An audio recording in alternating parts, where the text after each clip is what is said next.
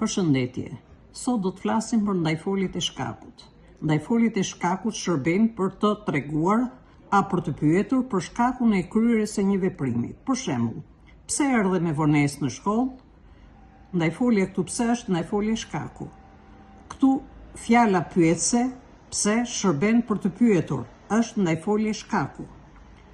Një vend të veçantë brenda ndajfoljeve të shkakun zën fjalët prandaj, andaj. Këto ndajfolje janë të barazvlefshme me togun për këtë shkak. Nuk erdhi në shkollë për këtë shkak. Ndajfoljet andaj, prandaj përdoren për të lidhur dy fjalë ose dy grupe fjalësh të bashkërenditura me raporte përmbyllëse, domethënë luajnë rolin pak a shumë të një lidhëse. Ishte sëmur, prandaj nuk erdhi 2 orët e para në shkollë.